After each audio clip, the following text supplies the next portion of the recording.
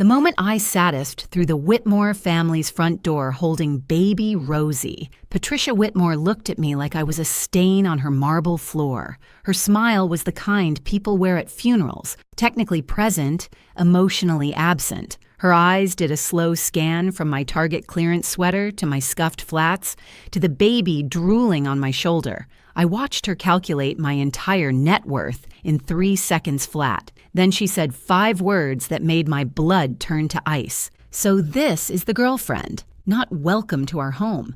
Not lovely to finally meet you. Just this. Like I was a disappointing appetizer at an overpriced restaurant. Like I was something her son had dragged in from the street. But here's the thing Patricia Whitmore didn't know. Here's what nobody at that dinner table knew. The broke single mom standing in her pristine foyer in yoga pants from 2015. She makes $17,500 a month. The woman Patricia had already dismissed as a gold digger, she was about to become a doctor. And this whole evening, every sneer, every whispered insult, every calculated cruelty Patricia was about to unleash was a test. A test Patricia was failing spectacularly. Let me back up. My name is Bethany Burton. I'm 32 years old, and for the past 8 months, I've been lying to the man I love. Not about the big things, not about my feelings or my loyalty, or the way my heart races when he walks into a room. I've been lying about something most people would consider a good thing. I've been hiding my success. See, I'm not actually a struggling single mother who works part-time doing paperwork at a dental office. That's just the character I've been playing. The truth? I'm a senior dental prosthetist at Preston and Moore Dental Lab, one of the most respected labs in the city. I'm the person who creates the crowns, veneers, bridges, and dentures that dentists put in their patients' mouths. The precision work, the artistry, the stuff that takes years to master and most people never even think about. When a dentist in this city needs something perfect, and I mean perfect, down to the micrometer, they request me by name. I've spent 8 years building that reputation. Doctors literally argue over whose cases I'll prioritize. I'm also 4 months away from finishing dental school, a part-time evening program I've been grinding through for 2.5 years while working full-time. Soon I'll be Dr. Bethany Burton. And my salary? $17,500 a month, sometimes more with bonuses. I'm the top revenue generator at the lab. My savings account has more zeros than most people see in a lifetime. So why would a successful woman pretend to be broke? Why would I dress like I shop exclusively at thrift stores, skip makeup entirely, and tell my boyfriend I worry about making rent? Because 3 years ago, a man named Bradley taught me what happens when you're honest about your success, and that lesson nearly destroyed me. Bradley was my fiancé. We've been together for 2 years. 2 years of dinners and movie nights and planning a future together. He was handsome, charming, said all the right things. I thought I'd found my person. Then one night he asked how much I made. Just casual curiosity, or so I thought. I told him the truth. I was proud of myself, you know? I'd worked so hard to get where I was. I expected him to be proud too. Instead, I watched his face change. It was subtle at first, a flicker behind his eyes, a slight tightening of his jaw. He said, "Wow, that's great," but his voice had gone flat, cold, and from that moment on, nothing was ever the same. Within a week, he started picking fights about nothing. I was intimidating. I was emasculating. I made him feel like less of a man. He said being with me felt like a competition he was always losing, a competition I didn't even know we were playing. Within a month, he was gone. 3 months after that, he married a waitress named Courtney, posted the wedding photos all over social media.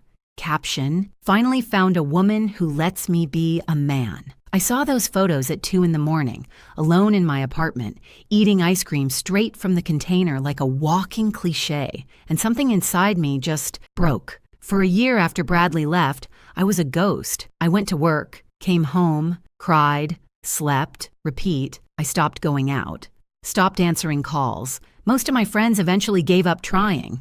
I don't blame them. I wasn't exactly great company. The only person who stuck around was Tiffany Russo. Tiffany and I had known each other since childhood, but we were never close friends. She was the party girl.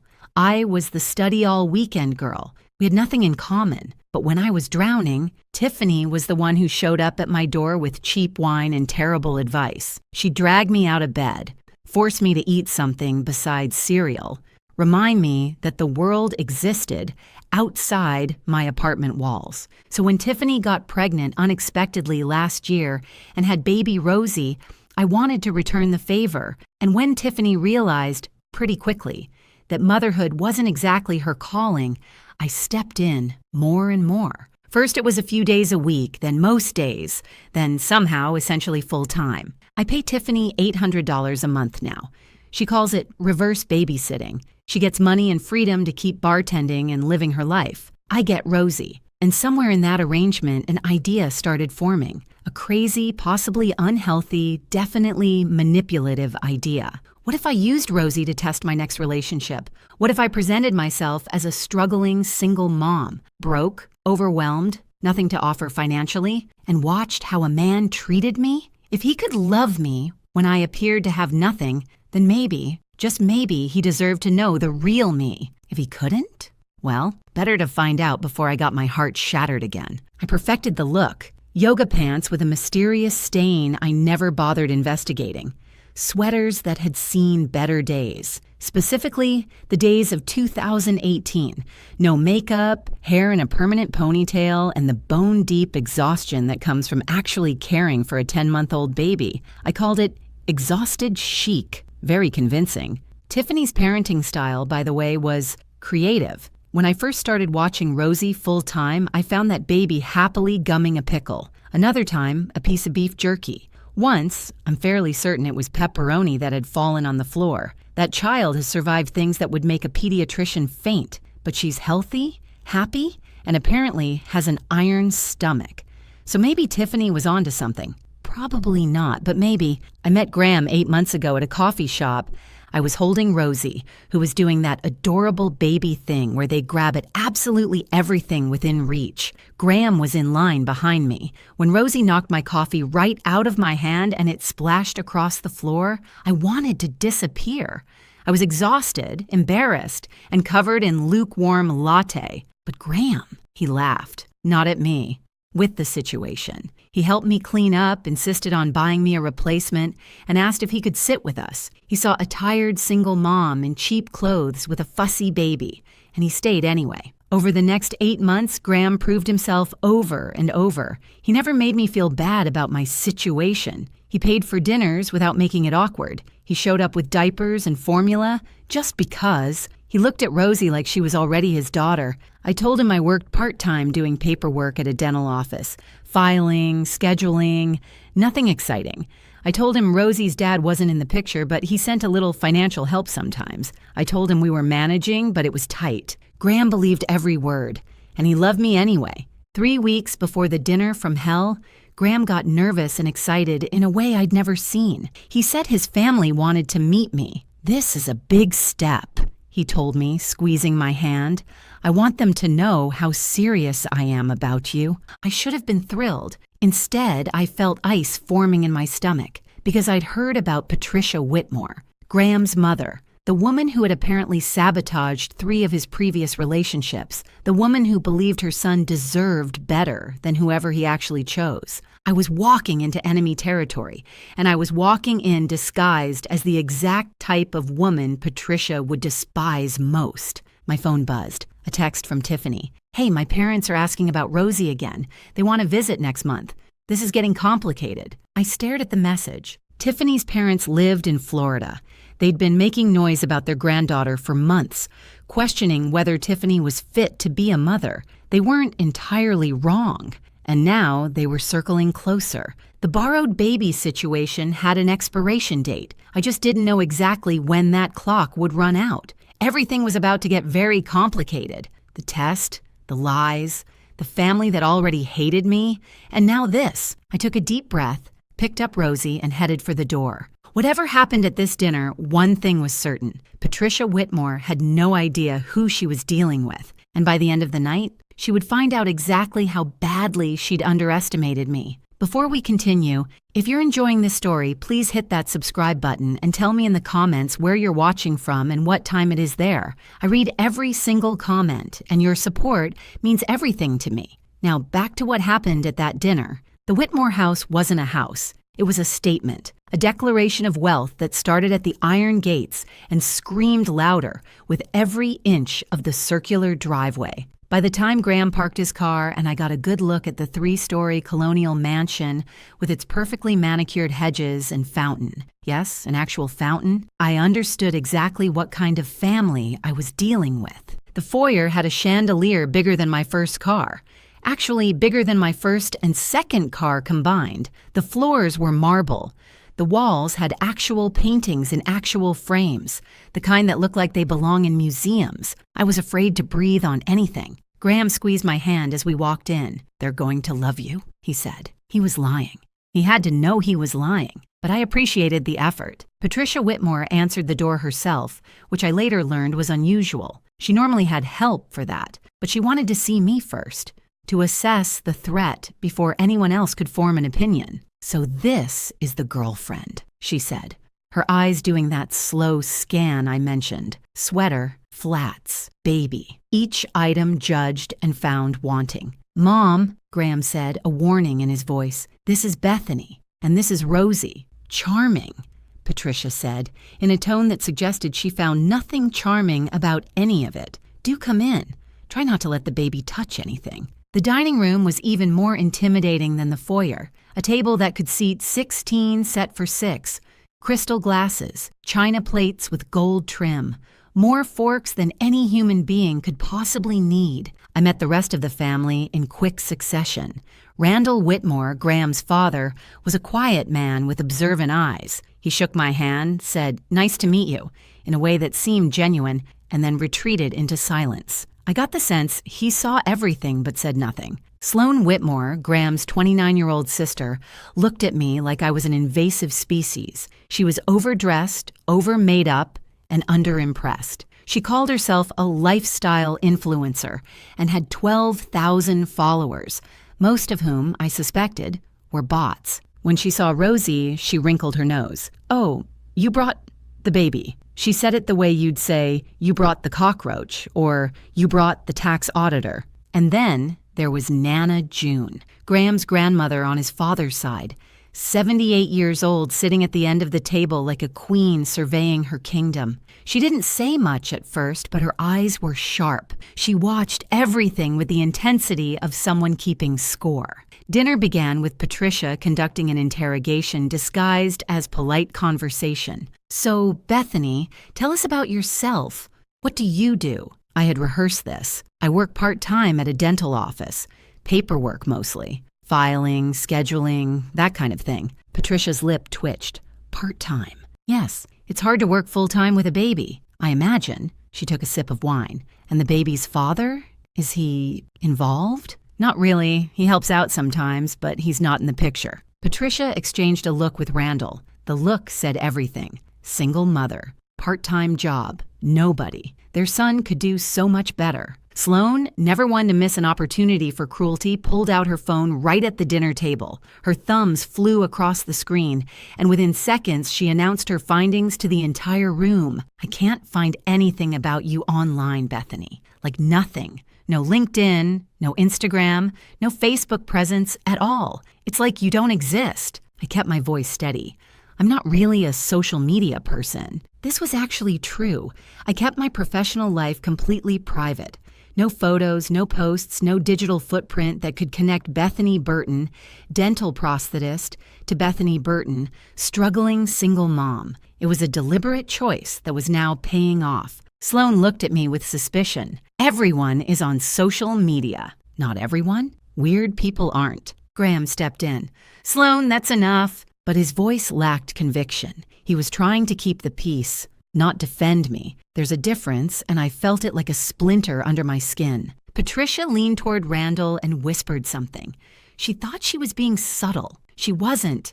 I heard every word. "A nobody. He's throwing himself away on a nobody." I pretended not to hear. I cut my chicken into tiny pieces I had no intention of eating. I smiled at appropriate moments. I played my part perfectly. And then Rosie, blessed wonderful Rosie, chose that exact moment to have a diaper situation. I won't go into details, but let's just say it was loud.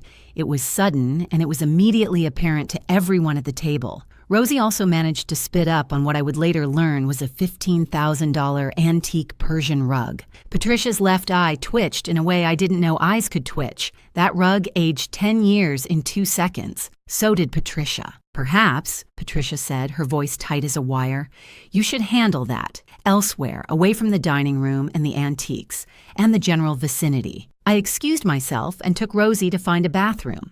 The mansion had approximately 7,000 bathrooms, but of course I chose the one that Patricia had apparently claimed as her personal territory. I didn't know this until she followed me in. She waited until I was mid-diaper change, completely vulnerable, my hands full of baby and wipes. I know exactly what you're doing, Patricia said, closing the door behind her. I kept my voice calm. I'm changing a diaper.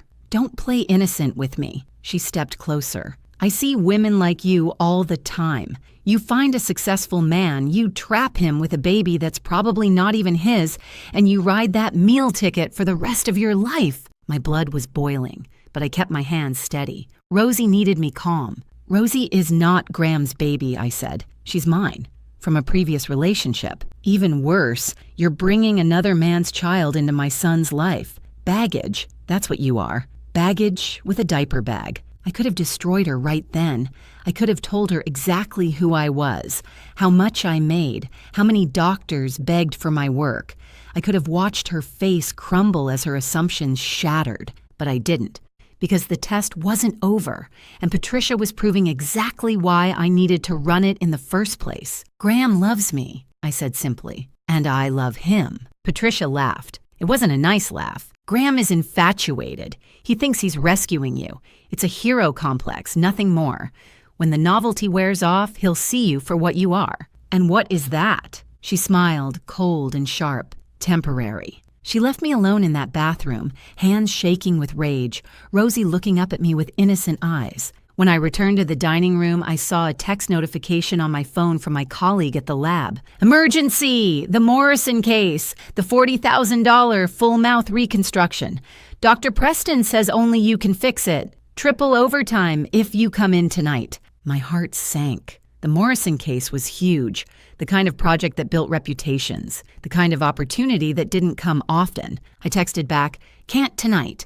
Family thing. The reply was immediate. Bethany, this is a career-defining case. Are you sure? I looked at Graham across the table. I looked at Patricia's smug smile. I looked at Rosie in my arms. I'm sure, I typed. Handle it without me. I was sacrificing my career for a test, and I still wasn't sure if it would be worth it. The rest of dinner passed in a blur of subtle insults and pointed silences. By the time we left, I was emotionally exhausted. Graham kept apologizing in the car. They just need time to warm up to you.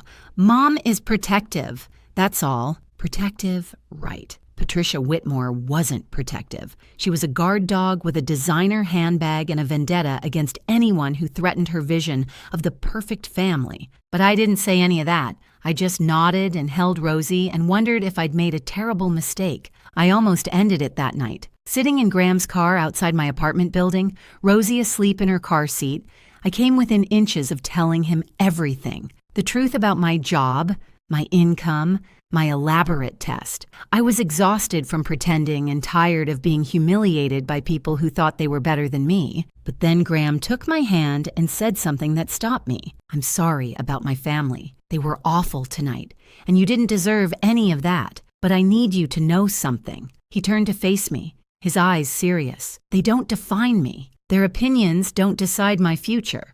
You do. You and Rosie. It was the right thing to say. But I'd heard right things from Bradley, too. Right up until he left. I just need time to process, I told him. Tonight was a lot. He nodded, kissed my forehead, and let me go. 2 days later, Graham's family threw a small gathering at the mansion. A casual get-together, he called it. I wasn't sure I wanted to go, but Graham was so hopeful that I couldn't say no. The casual get-together was not casual at all. It was another production, another opportunity for Patricia to remind me of my place. But something unexpected happened that night, something that changed everything. I was standing on the back patio, away from the crowd, watching the sunset and questioning all my life choices when Nana June appeared beside me. She moved quietly for a woman her age, and she had a glass of whiskey in her hand that suggested she wasn't here for small talk. "Beautiful evening," she said. "It is. You're stronger than you look, you know." She sipped her whiskey. "I've been watching you, the way you handle Patricia's nonsense, the way you keep your composure when most women would have crumbled. It's impressive." I didn't know what to say, so I said nothing. "You're not what they think you are, dear." Her eyes met mine, sharp and knowing. "I'm not sure what you are exactly, but it's not what they see." My heart hammered. Had she figured it out? "I'm exactly what I appear to be," I said carefully. "A single mom trying to do her best." She didn't sound convinced. "You know, 55 years ago, I was you." "Excuse me?" The poor girl who dared to love a Whitmore. She smiled, but there was old pain in it. Randall's mother hated me with a passion that could power a small city. I wasn't good enough for her son. I was beneath their family. Sound familiar? I nodded slowly. Patricia learned from her mother-in-law, unfortunately. She's been trying to destroy every woman Graham brings home for the past decade. 3 relationships. She held up 3 fingers, 3 good women, systematically dismantled by Patricia's campaigns. One was a nurse. One was a teacher. One was a lovely girl who worked for a non-profit. All of them not good enough. What happened to them? They ran. They couldn't handle the pressure, the constant judgment, the feeling of never being welcome. Patricia wore them down until they broke. Nana June finished her whiskey. "Don't let her win, unless you don't have the fight in you." "I have fight," I said quietly. "Good." She patted my arm. "The real ones don't run, dear. They dig in." She walked away, leaving me with more questions than answers. Did she know my secret? Did she just suspect something? Or was she simply recognizing a strength she'd once possessed herself? I didn't have time to figure it out, because raised voices from inside the house caught my attention. I crept closer to an open window and heard Graham arguing with Sloane. They didn't know I was listening. "You need to open your eyes," Sloane was saying. "She's using you. It's so obvious. She has nothing, Graham. Nothing. And you're just going to hand her your whole life? I love her." Graham's voice was firm in a way I hadn't heard at the dinner. "I don't care what she has or doesn't have. She's kind. She's real. She's an incredible mother. Those things matter more than money." "You sound like a greeting card. And you sound like Mom, which should concern you, by the way. I'm trying to protect you. The only thing you're protecting is your inheritance, which, newsflash, isn't threatened by me getting married. It is if she tries to take half of everything." "There is no everything, Sloane. I work at a car dealership. I'm not some millionaire she's trying to trap. Do you even hear yourself?" I backed away from the window, heart pounding. He defended me, really defended me. Not the weak, "Mom is just protective" excuse from dinner. This was real pushback, real loyalty. Maybe he was different after all, but the universe apparently decided I hadn't been tested enough that night, because as I made my way back inside, I heard Patricia's delighted voice from the front door. "Meredith, what a wonderful surprise. I had no idea you were in town." I froze. Meredith, Graham's ex-girlfriend, the one Patricia had loved, the one who was perfect for her son. I positioned myself where I could see the entrance without being obvious about it. Meredith Callahan was everything I was pretending not to be. Tall, polished, wearing a dress that probably cost more than my monthly rent in my fake struggling mom life. Her hair was salon perfect. Her smile was practiced and radiant. She walked in like she was on a runway in Milan. I walked in like I was on a budget in Target. Clearance section. Final markdown. "Graham," Patricia called out. "Look who stopped by. Meredith was just in the neighborhood." Just in the neighborhood, right. In a neighborhood where every house cost at least $2 million and nobody just stopped by without an invitation. Graham emerged from the back of the house, and I watched his face carefully. He looked uncomfortable, caught off guard, but he didn't immediately retreat from Meredith. Patricia orchestrated the reunion like a Broadway director. She positioned them next to each other. She made loud comments about how wonderful it was to see Meredith again, how she'd always been like family, how some connections just never fade. Sloane materialized with her phone, clearly planning to document the reunion for maximum damage. Meredith was gracious on the surface, but her eyes had a predatory gleam when they swept over me. She knew exactly who I was. She knew exactly why Patricia had invited her. "You must be Bethany," she said, extending a perfectly manicured hand. "I've heard so much about you. Good things, I hope," I said, matching her pleasant tone. "Oh, interesting things." Her smile sharpened. "Patricia tells me you have a baby. How brave of you. Dating with children is so challenging." "We manage. I'm sure you do." My phone buzzed in my pocket. Another text from work, this time with photos from the regional dental conference I was supposed to attend. "Everyone's asking where you are. Dr. Preston told the whole room you're the most talented prosthetist in the state. People are actually disappointed you're not here. You're famous and you don't even know it." I shoved the phone back in my pocket. I couldn't enjoy my professional triumph while hiding in a corner, watching my boyfriend's ex circle like a designer-clad shark. Graham eventually extracted himself from the Meredith situation and found me near the garden doors. He took my hand, and this time, his grip was firm. "I'm choosing you," he said. "Not Meredith. Not my mother's approval. You and Rosie, I need you to know that." I looked into his eyes, searching for the lie, for the hesitation, for the Bradley hiding underneath. I didn't find it, but I also didn't fully trust what I saw, because words are easy. Actions take time. "I believe you're trying," I said carefully, "but your family makes things complicated. They'll come around." I almost laughed. Patricia Whitmore would never come around. She'd die on the hill of her own snobbery before accepting me. But Nana June's words echoed in my mind. The real ones don't run. They dig in. And I wasn't ready to run, not yet.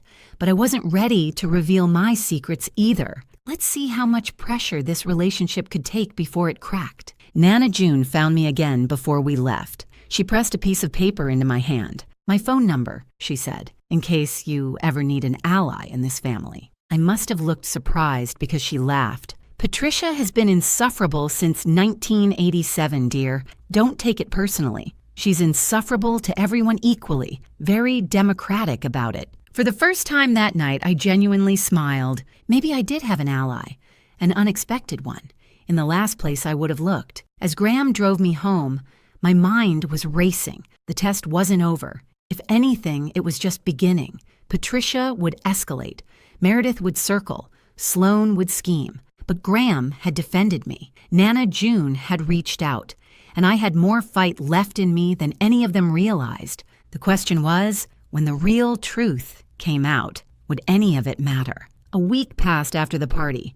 A week of Graham being extra attentive, extra apologetic, extra everything. He brought me flowers. He brought Rosie a stuffed elephant she immediately tried to eat. He took us to the park, to dinner, to anywhere that wasn't his family's mansion. He was trying so hard, and I was running out of reasons to doubt him, but I needed one more test, one final push to see what he was really made of. If Graham could handle me at my absolute lowest, not just poor, but desperate, then I would know for certain. I would tell him everything, and we'd build something real together. If he couldn't, well, better to find out now than after I'd given him my whole heart. So I created a crisis. We were sitting on my couch, Rosie playing on a blanket between us, when I took a deep breath and started the performance of my life. "Graham, I need to tell you something." I made my voice shake. Not hard to do when you're about to test the man you love. "I'm in trouble." His face immediately shifted to concern. "What kind of trouble?" "Financial trouble. Rosie's dad. He stopped sending money completely. He blocked my number. I tried calling from a different phone and he hung up." I let my eyes fill with tears. Real tears, actually, because the stress of this whole situation was getting to me. I don't know how I'm going to make rent next month. I've been doing the math over and over, and it just doesn't work. Graham didn't hesitate. Not even for a second. "Move in with me." I blinked. "What?" "Move in with me. Both of you. Tomorrow, if you want." He grabbed my hands. "I have a 2-bedroom apartment. Rosie can have her own room. You won't have to worry about rent anymore. I'll take care of everything." "Graham, that's a huge step. We've only been together 8 months. 8 months is long enough to know." His eyes were intense, sincere. I love you, Bethany. I love Rosie.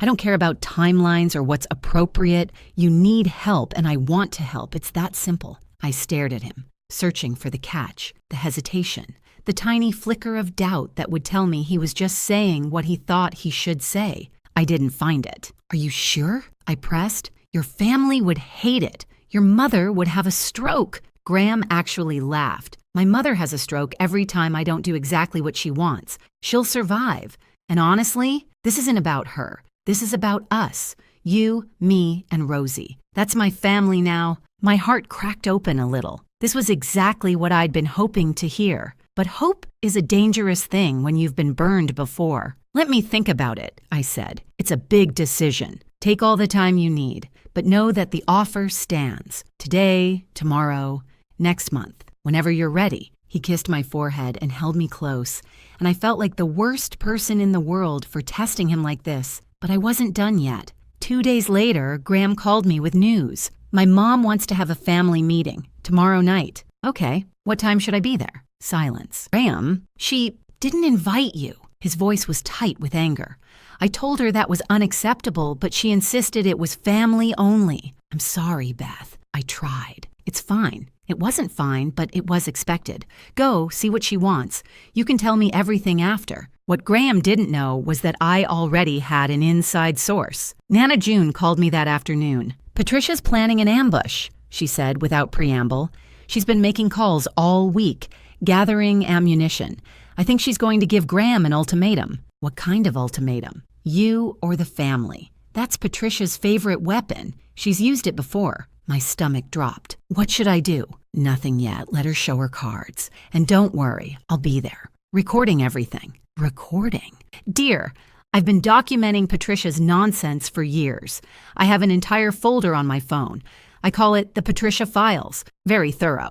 Excellent audio quality. I laughed despite myself. Nana June, you're something else. I'm a survivor. Now go take care of that baby and let me handle reconnaissance. The family meeting happened the next evening. I sat in my apartment pretending to watch television, actually staring at my phone waiting for updates. At 9:47 p.m., Nana June sent me a video file. The message attached said simply, "You need to see this." I pressed play. The video was shaky but clear enough. Patricia was standing at the head of the dining table, Graham and Sloane seated, Randall in his usual silent position. Nana June must have propped her phone against something because the angle was steady. Patricia's voice filled my tiny apartment. This has gone far enough, Graham. I've held my tongue because I wanted to give you space to make your own decisions. But this woman is dragging you down. Graham's voice tense. Her name is Bethany. Fine, Bethany. She's a nobody, Graham. A part-time paper pusher with a baby that isn't even yours. Do you understand what people are saying? Do you understand how this looks? I don't care how it looks. Well, you should. Patricia's voice rose. You're a Whitmore. That name means something in this community, and you're throwing it away on a woman who can't even afford to dress properly. Sloane chimed in. Honestly, Graham, she's embarrassing. Did you see her at the dinner? She looked like she got her outfit from a donation bin. And the baby spit up on the Tabriz rug. Do you know how much that rug cost? More than your contribution to this family in the last 5 years, I'm guessing. Graham shot back. Don't be cruel, Patricia snapped. We're trying to help you see clearly. No, you're trying to control me. Like you always do. Like you did with Sarah and Michelle and Rebecca. My ears perked up. The 3 women Nana June had mentioned. The ones Patricia had destroyed. Those women weren't right for you, Patricia said smoothly, and neither is this one. But I'm willing to make you a deal. I don't want your deals. Listen anyway. Patricia leaned forward, her voice turning calculating. If you're so attached to the child, fine. Keep her. Get custody. We'll help you raise her properly, but lose the mother. She's dead weight, Graham. The baby can be saved. The woman cannot. My blood ran cold. They wanted to take Rosie from me. They actually thought they could separate us and raise her as their own. The video showed Graham standing up so abruptly, his chair scraped against the floor. Stop, just stop. His voice shook with anger. Do you hear yourselves? You're talking about a human being, a woman I love, a mother who would do anything for her daughter, and you want to, what? Steal her child. Raise Rosie in this house, with this family, surrounded by people who see her as a project instead of a person? We're trying to help. You're trying to control. That's all you've ever done, and I'm done letting you. Patricia's face on the video was rigid with fury. If you choose her, Graham, you're choosing to walk away from this family. Then I guess I'm walking. Silence. Heavy, terrible silence. And then, for the first time in the entire recording, Randall spoke. The boys made his choice. His voice was calm, measured, final. It's a good one. Respect it, Patricia. Patricia turned to her husband, stunned. Randall, I said respect it. This conversation is over. The video ended there. I sat in my apartment, tears streaming down my face, phone clutched in my hands. Graham had passed the test. He had defended me when I wasn't there to hear it. He had chosen me over his family's approval, over his inheritance, over everything. And Randall, quiet, observant Randall, had stood up for him, for us. I called Nana June back immediately. I saw it, I said, my voice breaking. I saw everything. He's a good man, Bethany. Whatever you're hiding, I think he can handle it. I froze. What do you mean, hiding? Dear, I'm 78 years old. I've seen more lies than a courtroom judge. You're not what you claim to be. I don't know the details, and frankly, I don't need them. But whatever your secret is, Graham deserves to know, before it comes out some other way. She was right. She was absolutely right. The test was over. Graham had passed every single challenge I'd thrown at him. He loved me when I appeared to have nothing. He defended me to his family. He offered me his home, his life, his future. Now it was my turn to be brave. But first, I had another crisis to manage. Tiffany called me at 11 p.m., hysterical. Beth, my parents are flying in next week. They're talking to lawyers. They think I'm an unfit mother and they want custody of Rosie. Slow down. Tell me exactly what happened. My mom found out I've been letting you take care of Rosie most of the time. She thinks I abandoned her. She's threatening to sue for custody. She says she'll prove I'm negligent. I rubbed my temples. The borrowed baby situation was exploding at the worst possible time. What do you want to do, Tiffany? A long pause. Then quietly, I don't know if I can fight them, Beth. I don't know if I should. What do you mean? Maybe they're right. Her voice cracked. Maybe I'm not cut out for this. Rosie is happier with you than she ever was with me. She cries when I hold her now because she's not used to me anymore.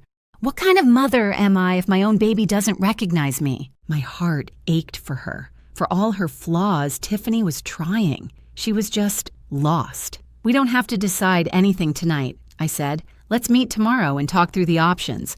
Whatever you decide, I'll support you. Thanks, Beth. You're literally the only person who doesn't judge me. After I hung up, I sat in the dark for a long time, Rosie sleeping peacefully in the next room. In my family, a meeting meant someone ate the last piece of pie, and we needed to find the culprit. Maybe assign blame. Maybe demand they buy a replacement pie. Very serious stuff. In the Whitmore family, it apparently meant deciding whether I deserved to exist in their orbit. The stakes were slightly different. But tomorrow, the stakes would shift again. Because tomorrow, I was going to tell Graham the truth. All of it. And I had no idea if our relationship would survive. If this story has your heart racing right now, please take just 1 second to hit that like button. It really helps this channel grow. And I'm so incredibly grateful for each one of you. Now, let me tell you what happened next. Graham asked me to meet him at the coffee shop where we first met, the same little cafe where Rosie had knocked the cup out of my hand and Graham had laughed instead of getting annoyed, the place where everything started. I knew something was happening. Graham's voice on the phone had been nervous, excited, the way it gets when he's planning something. I had my own plans for this conversation, but I wanted to let him go first. I arrived early, Rosie on my hip, and found a quiet table in the corner. The barista recognized me and waved. I'd become a regular over the past 8 months, always in my struggling mom costume, always counting out coins carefully even though my bank account had more than enough. Graham walked in looking like he hadn't slept, but it was a good kind of exhausted, the kind that comes from nervous anticipation rather than worry. He sat across from me, took a deep breath, and reached into his jacket pocket. I was going to do this at dinner with my family, he said, before everything went sideways. I had it all planned out. The ring, the speech, the moment. But you know what? I don't need any of that. I don't need my family's approval or a fancy restaurant or the perfect setting. He pulled out a small velvet box. My heart stopped. Graham dash dash. Let me finish. He opened the box. Inside was a ring. Simple, elegant, a modest diamond that caught the light. Not expensive, not flashy, just beautiful. Bethany, I don't care if we have nothing. I don't care what my mother thinks or what society expects or any of that garbage. When I'm with you, I feel like myself, the best version of myself. You make me want to be braver, kinder, more honest. You and Rosie, you're my family now, the family I chose. He got down on one knee right there in the coffee shop, and a few other customers turned to watch. Will you marry me? I burst into tears, but not the happy kind. Graham's face shifted from hopeful to confused to worried in the span of 2 seconds. Beth, what's wrong? Did I do something? No, I shook my head, tears streaming. You did everything right, that's the problem.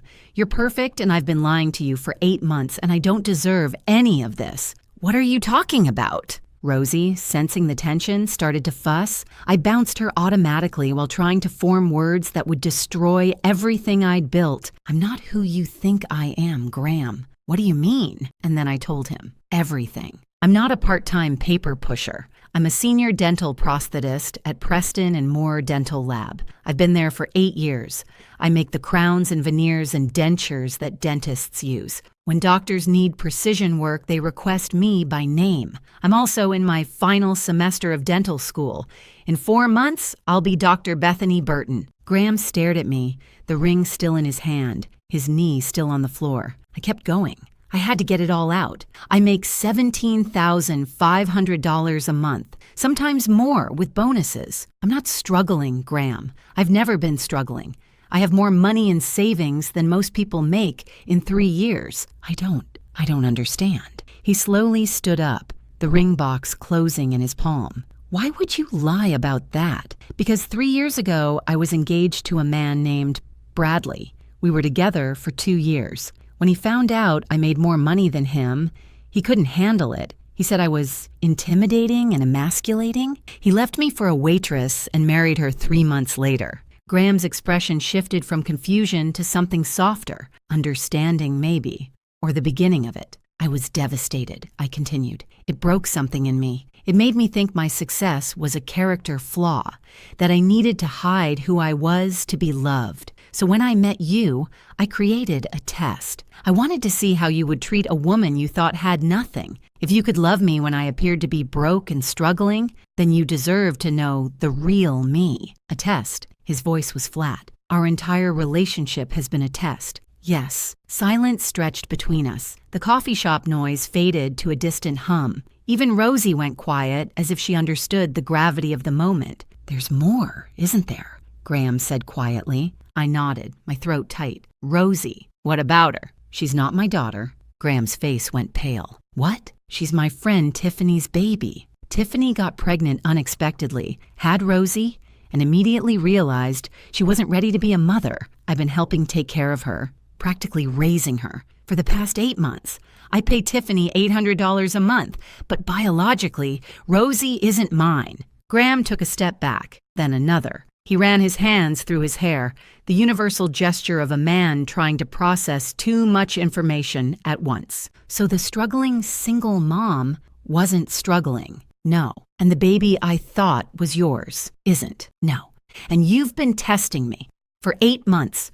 Our first date, our first kiss, every moment we've had together. It was all part of some experiment to see if I was good enough. When he put it that way, it sounded terrible because it was terrible. I'm sorry. The words felt inadequate. I was scared, Graham. I was so scared of being hurt again that I built walls. The test was my wall. It was wrong. I know that now. But I need you to understand why I did it. I do understand. He met my eyes and I couldn't read what I saw there. I understand that you didn't trust me. From day one, you assumed I would be like him, like Bradley. You never gave me the chance to prove myself honestly. You're right. I defended you to my family. I chose you over their approval. I offered you my home. And the whole time you were, what? Taking notes? Grading my performance? It wasn't like that. Then what was it like? I didn't have a good answer. Because he was right. I had been testing him, constantly, waiting for him to fail, and he never did. You passed, I said finally. Every test, every challenge, every obstacle I threw at you.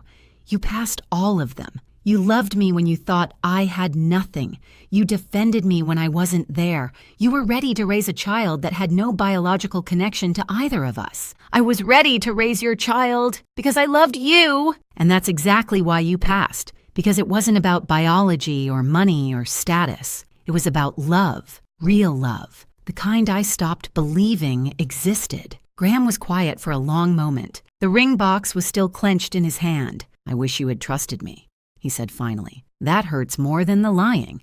The idea that you spent 8 months expecting me to fail. I know, but I held my breath. I get it. He exhaled heavily. I get why you did it. After what Bradley did, after having your heart broken like that, I understand why you needed proof. Why words weren't enough. You do? I hate it, but I understand it. He looked at the ring box, then back at me. And you know what? I'm glad you tested me. You are, because now you know for sure. You know I didn't fall in love with your money or your career or your potential. I fell in love with you, the woman who showed up at my door in yoga pants with a baby on her hip, the woman who laughed at my terrible jokes and didn't care about fancy restaurants. That's who I fell in love with. And finding out you're also successful? That's just a bonus. He stepped closer, and my heart started beating again. My answer is the same, Bethany. He opened the ring box again. The question is yours? I looked at the ring, at Graham, at Rosie in my arms. Yes, I whispered. Yes, it's still yes. He slid the ring onto my finger and I cried again. Happy tears this time, finally. Graham kissed me and Rosie grabbed his nose, and somewhere in the coffee shop, someone started clapping. And then the door opened. I heard her before I saw her. The sharp click of expensive heels, the theatrical gasp of outrage. Patricia Whitmore had just walked into the coffee shop. Graham, there you are. I've been calling and calling. We need to talk about... She stopped mid-sentence, finally registering the scene. Her son on one knee, a ring on my finger. Tears and smiles and a moment that clearly didn't include her. What is happening here? Graham stood, keeping my hand in his. I just proposed. She said yes. Patricia's face cycled through horror, disbelief, and fury. You proposed? To her? After everything I said? After the family meeting? Because of the family meeting, actually. You showed me exactly who you are, Mom. And I chose her anyway. Patricia turned her glare on me. You manipulative little... Actually, I said, my voice surprisingly calm. I should probably tell you the truth, too. Patricia's eyes narrowed. What truth? The truth that I'm not a struggling single mom. I never was. Patricia froze. I'm a senior dental prosthetist. I make more money in a month than your son makes in 3. I'm in my final semester of dental school. In 4 months, I'll be a doctor. I stood up straighter, Rosie secure in my arms. And that nobody you've been trying to destroy for 8 months. She let you show her exactly who you really are. Patricia's mouth opened, closed, opened again. She looked like she'd just swallowed a lemon, and then the lemon grew spines, and then the spiny lemon discovered it had been wrong about everything. You lied? She finally managed. I protected myself.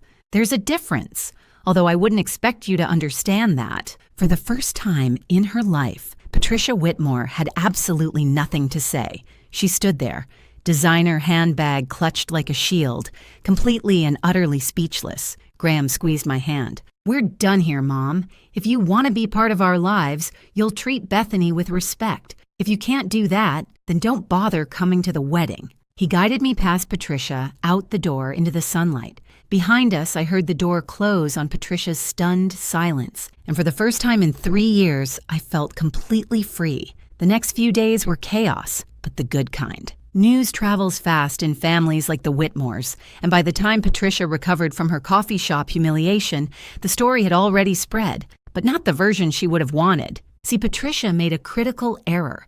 She tried to spin the narrative her way.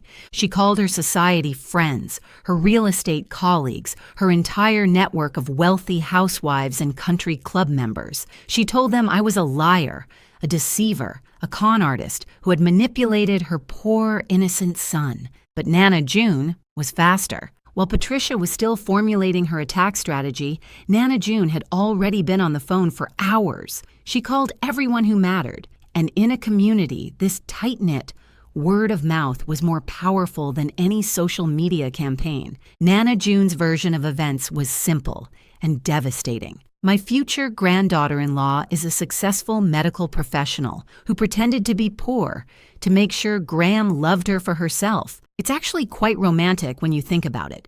She gave up months of her career, turned down major professional opportunities, all to test whether our family was worthy of her. And Patricia treated her like garbage. For 8 months, can you imagine? The embarrassment. By the time Patricia's calls went out, her friends already knew the real story. One of them, a woman named Dorothy, who I'd later learn was Patricia's longest frenemy, responded with perfect, devastating politeness. "Patricia, dear, that's actually rather romantic, and you tried to destroy it. How embarrassing for you," another said. "So you bullied a successful doctor because you assumed she was poor. That's not a good look, Patricia.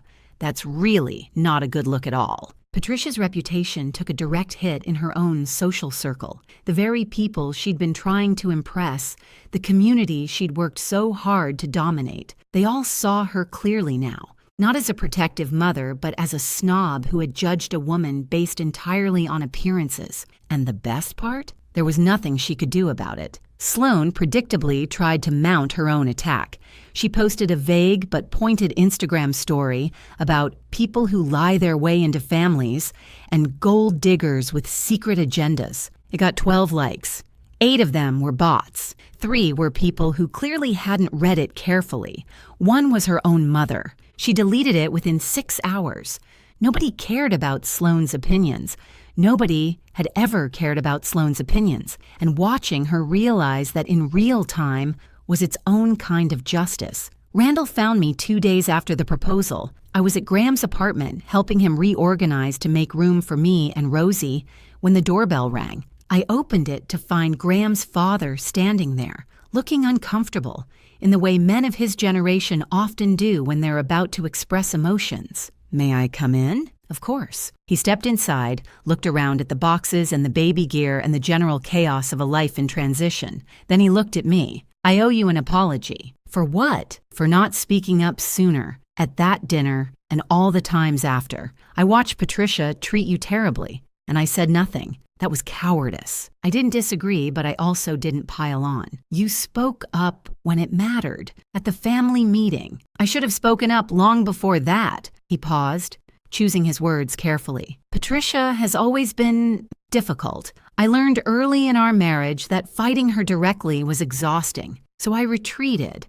I let her run the family while I stayed silent. I told myself it was keeping the peace, but really I was just avoiding conflict." "Why are you telling me this?" "Because I want you to know that the Whitmore family isn't just Patricia. Graham is a good man, better than I ever was at his age. And June, well, you've met June. She's the best of all of us." He smiled slightly. "Welcome to the family, Bethany. The real one, not the one Patricia built." It was the most words he'd spoken to me ever, and it meant everything. "Thank you, Randall." He nodded, clearly having reached his emotional capacity for the decade, and let himself out. The Rosie situation resolved itself more gracefully than I'd expected. Tiffany's parents flew in from Florida, fully prepared for a legal battle. But when they arrived, Tiffany sat them down and had the most mature conversation I'd ever seen her have. "I love Rosie," she told them, "but loving her isn't the same as being able to raise her. Not right now, maybe not ever. I'm 29 years old, and I still don't know what I want to be when I grow up. How can I teach her to be a person when I'm still figuring that out myself?" Her parents listened. They didn't judge, didn't lecture, didn't say, "I told you so." They just listened. In the end, they worked out an arrangement. Rosie would go to Florida with her grandparents, who had the stability and resources to give her a proper home.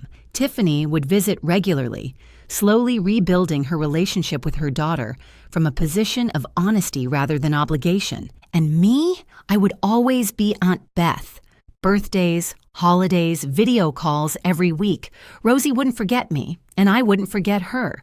It wasn't the ending I'd imagined when I first took Rosie in, but it was the right one. for everyone. The night before Tiffany and her parents left with Rosie, I held that baby girl one last time. She grabbed my face with her chubby hands the way she always did, and I memorized everything about her. The weight of her in my arms, the smell of her hair, the way she laughed when I made silly faces. "You're going to have an amazing life," I whispered to her, "and I'll always be here, always." She gurgled at me, which I chose to interpret as agreement. Graham found me sitting in the empty nursery after they left.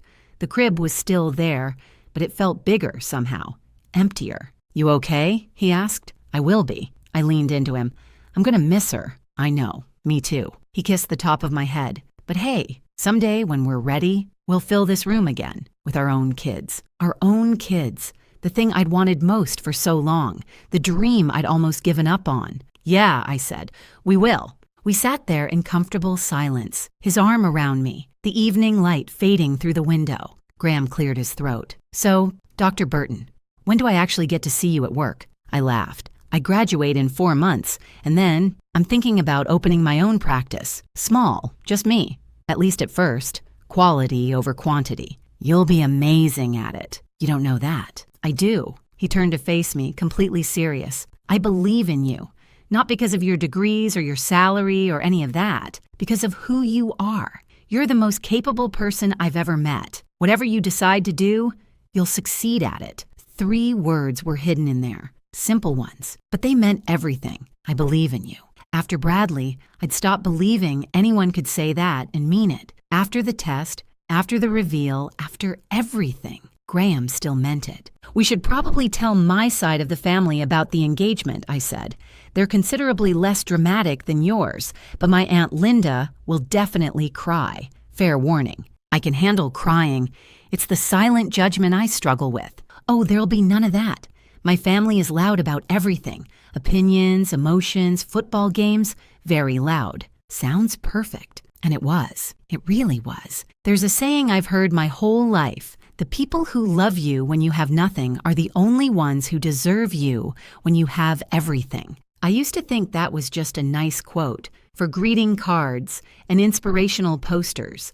Something pretty but impractical. Now I know it's the truest thing I've ever heard. I spent 8 months pretending to have nothing, waiting for Graham to prove he was like every other man who'd let me down. Instead, he proved he was exactly what I needed. Patient, loyal, brave enough to choose love over legacy. And Patricia? She's still Patricia.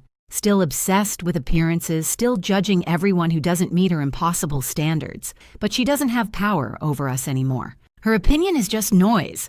Background static in a life full of things that actually matter. Some people never learn. That's not my problem anymore. I have a man who loves me, a career I'm proud of, a future full of possibilities. And I have one piece of advice for anyone who's ever been made to feel like their success is something to hide. Don't shrink yourself to make others comfortable. The right people will celebrate you at full size. The wrong people were never worth your time anyway. Thank you so much for watching. More of my most gripping stories are already on your screen. Click one now and don't miss the best part. You will love it. See you in the next story.